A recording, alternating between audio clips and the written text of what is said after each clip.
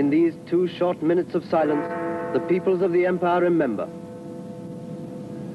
We pray that our statesmen may continue their work of ensuring that the terrible mistake of the years 1914 to 1918 may never be repeated. 1 year later, when this man, Neville Chamberlain, became Prime Minister, the peace seemed already to be slipping away. His chief task would be to try and avert war. His policy was summed up in one word: appeasement. Chamberlain had already seen one great war tear Europe apart. He believed another would destroy civilization. But Mussolini, dictator of Italy, was looking for military glory for himself and his country.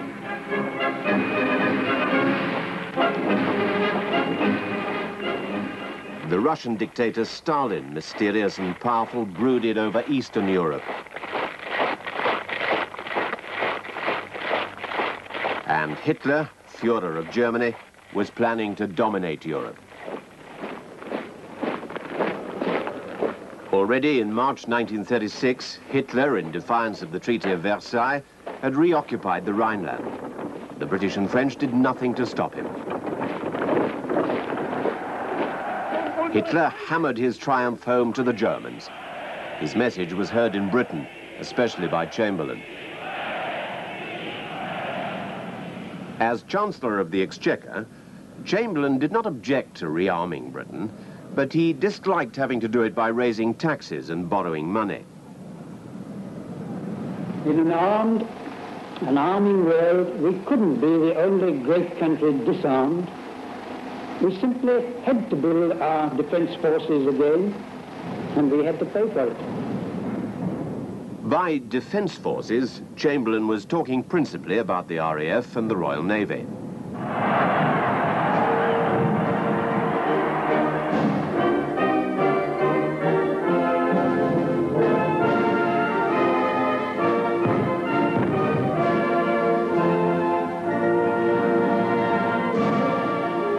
The Navy's great task was to protect the British Empire, strewn around the globe from India and Africa and Canada through New Zealand and Australia to the East Indies. To protect the empire in the Far East, work had begun in 1921 on a great naval base at Singapore.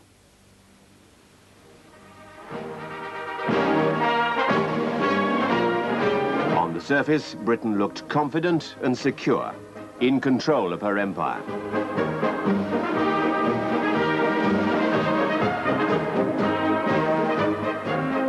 But the defense of that empire would pose insoluble problems.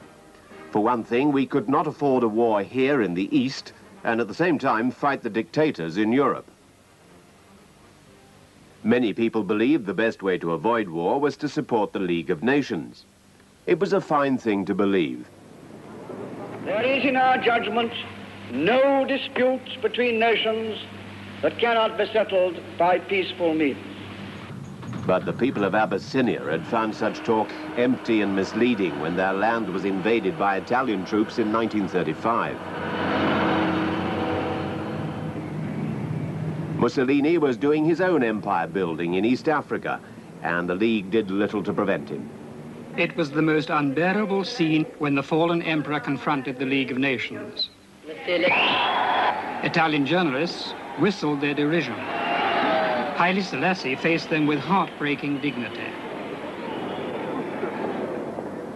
Are the states present here today, asked Haile Selassie, going to set up a terrible precedent by bowing before force? What reply shall I take back to my people? The League made no reply.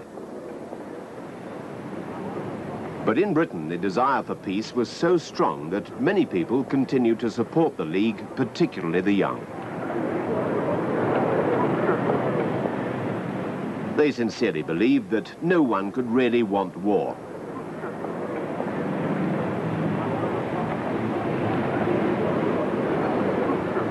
A few Britons, like these ex-servicemen, went to Germany and were filmed chatting to Hitler about the 1914 war. They found him reasonable. Wasn't it reasonable to put German troops back into the Rhineland, which was, after all, German soil?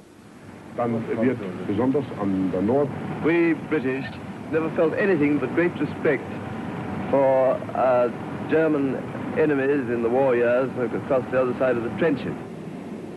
Whether Hitler was reasonable or not, back at home, the leader of the Labour Party, Clement Attlee, could think of many other reasons against rearming.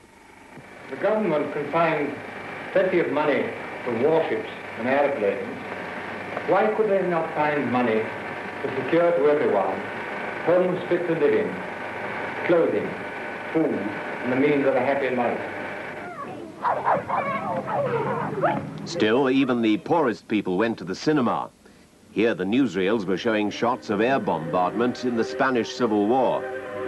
4,000 bombs were dropped out of a blue sky into a hell that raged unchecked for 5 murderous hours.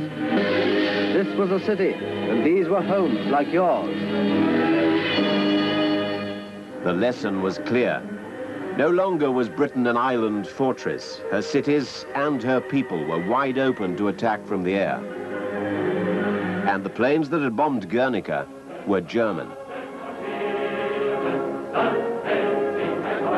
As Germany flaunted her military strength, the British people and their leaders could well imagine, could almost see the Luftwaffe over undefended British cities.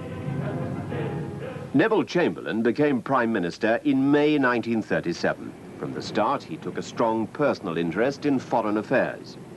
In November, he sent Lord Halifax, soon to be his Foreign Secretary, to Berlin to find out what Hitler's claims in Europe really were. Hitler told Halifax nothing.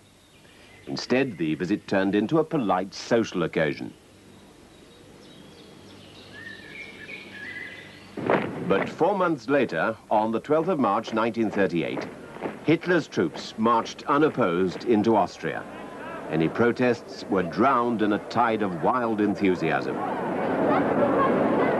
In open defiance of the Treaty of Versailles, Hitler declared the Anschluss, or union, of Austria with Germany. He'd returned to the land of his birth as Führer of the Greater German Reich.